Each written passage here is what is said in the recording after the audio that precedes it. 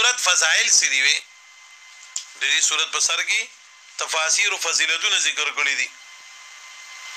محترم حدیث شریف کې راځي ابو درداء رضی الله تعالی عنہ حدیث ته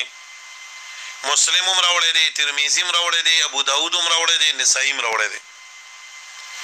فرمایي چې قال من حفظ 10 آیات من اول سوره کاف عصم من فتنه الدجال چا چې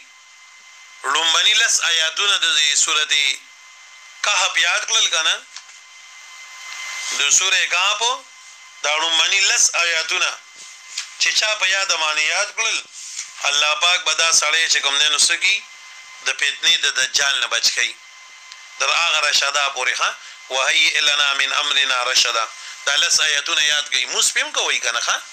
یاد کړئ سګران کارخونه دي مسپم کوي ځان له منځونه به کوي او ګور الله به فتنې د دجال نه ساتي چا چې دا لس آیاتونه یاد کړل الله به ساتي یو بل حدیث کې راځي چې نبی علیہ الصلوۃ والسلام فرمایي چا چې سورہ کهف د جمعې پر ورځ باندې وي انو دلب الله تعالی یو نور ورګي یو نور چې دا غیر رڼا په ورځ قیامت باندې د تبرنا کوي وغفر له ما بین الجمعتين او د دوه جمعو په میاس کې پتیره جمعه نواله در دې جمعې پورې چې دنه سوره ګناونه شي دی ابو الله تعالی معاف کیخه ابو الله تعالی معاف کی علی سیبنا روایت دی حضرت علی سیبنا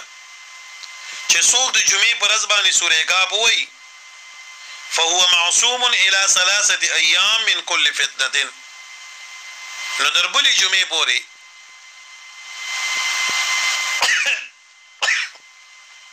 الله دې بچو ګرځاو د ګناهونو نه الله به د ګناهونو بچ کړي او ګناهونو وته معاف کړي وان خرج الدجال عصم منه او کچره دجال راوته د پدې رزو کې الله به دې ساتي د ملګرو نه به ساتي ومحترم د دې ډیر برکات دي ښا نو په ځان باندې دا لازم کوي چې ان شاء الله د جمعې پر ورځ باندې به دا صورت وایو ښه که خیره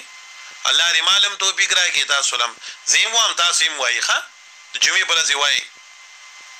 سړیم به وایي نو چې سبا وخی جنوس جمعې را شروع شو چې د سار بانګونه وین جمعې را شروع شو نو د سار د بانګ نواله در ماخام در بانګ پورې جمعې پر هر ټیم ویل شي خو تقی عثماني صاحب دامت برکاتهم یو ځای کې لګیو چې غوړه داری چې د مازیګر نه مخکې ویل شي ښا غوړه او افضل داری چې د مازیګر نه مخکې ویل شي د جمعې پر ورځ غوړه ټولو زمارونو خويندو خدمت کې درخواست دی چې سورې کهف وایي ښا الله دې موږ تاسو ټول توفیق راکړي